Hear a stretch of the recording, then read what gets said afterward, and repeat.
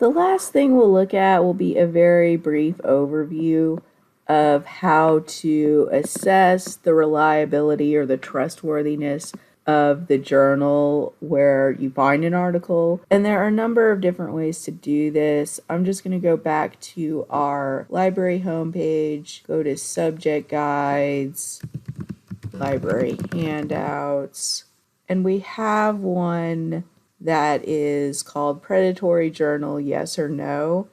And it's just a little one-page PDF. I will put it on the tutorial for y'all to download if you want to just save a copy, because it's a pretty handy little checklist. Most of the time, the journals that you find in PubMed or other library databases are going to be decent quality journals.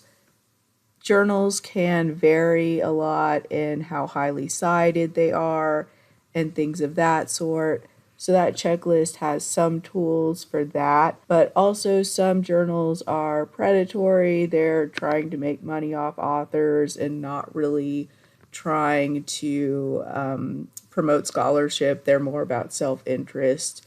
And like this definition says, they're characterized by false or misleading information, deviation from best editorial and publication practices, lack of transparency, the use of aggressive and indiscriminate solicitation practices. So if you're getting emails every day trying to get you to submit to a journal, it might be predatory. So this checklist can be quite useful. We have a database called Cabell's, and this will tell you if journals have violations. Sometimes if you look up a journal on here, if it just looks kind of sketchy, the article looks useful, but the journal itself looks like there might be typos or something that makes you take a second glance at it. And also, it's a good idea to look at the journal itself, especially if it's one maybe you're not familiar with, or again, if it just seems to be maybe a little sketchy. So I'm going to go back to this article that I liked for carpal tunnel syndrome. It's a meta-analysis, and it's in this journal called Hand that's apparently published in New York. And so you can do a little drop down on the PubMed record and search in NLM catalog, and that'll give you more information about the journal, like the full title and when it started publication. It looks legitimate from here.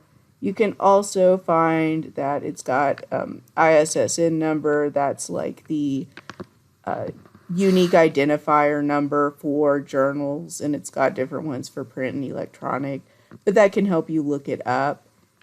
And I'm going to go and put this in Google just to see the publisher page. Yeah, there's a link there on that page as well. So either way, if you get used to searching, you'll see like Sage is usually a trustworthy company. That's a big one. So it's probably good. But then you can go back to the handout and yeah, so it's asking you things like look and see if the journal's editorial board is listed with all their credentials. So they got that. And so, yeah, there's their credentials, their full names and everything. So you can look up where these people work. So that's transparent. And then other things on that little checklist, like submission guidelines, where it's abstracted and indexed. That means like it's in, they'll tell you it's in PubMed or any other databases that it's in. They've got instructions for authors. So yeah, this all looks good. Like this is a trustworthy journal. So that's just something to keep in mind. Again, even if it is a very trustworthy journal, use that second page of the handout to see if it's suitable for A, what you're looking for, if it's answering your question, and B, if it seems like a sound study design.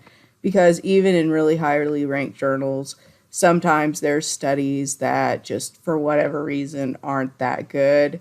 So just, a reminder to use your critical thinking skills. But that is how to look for journal trustworthiness, just a really quick little crash course. And what we'll do is just go to a journal's website, either one you found in the practice search or just one that you are interested in, and make a few observations about that.